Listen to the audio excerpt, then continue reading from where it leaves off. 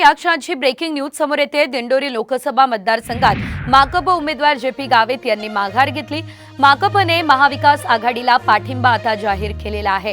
ही मोठी बातमी आपण बघतोय। जे.पी. गावित यांनी आता माघार घेतलेली आहे। ते या ठिकाणाने लढणार होते, मात्र आता त्यांनी माघार घेतलेली आहे आणि महाविकास आघाडीला पाठिंबा सुद्धा त्यांनी जाहीर केलेला आहे। दिंडोरीमधून जे.पी. गावित हे निवडणूक लढणार होते, मात्र आता त्यांनी न लढण्याचा निर्णय घेतला।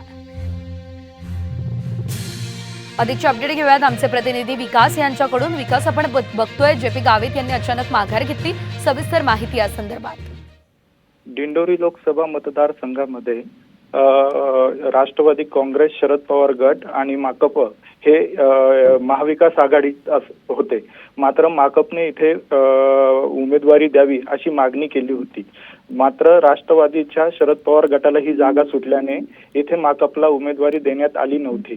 त्यामुळे माकपने इथे सभा घेत उमेदवारी करण्याचा निर्णय घेतला होता।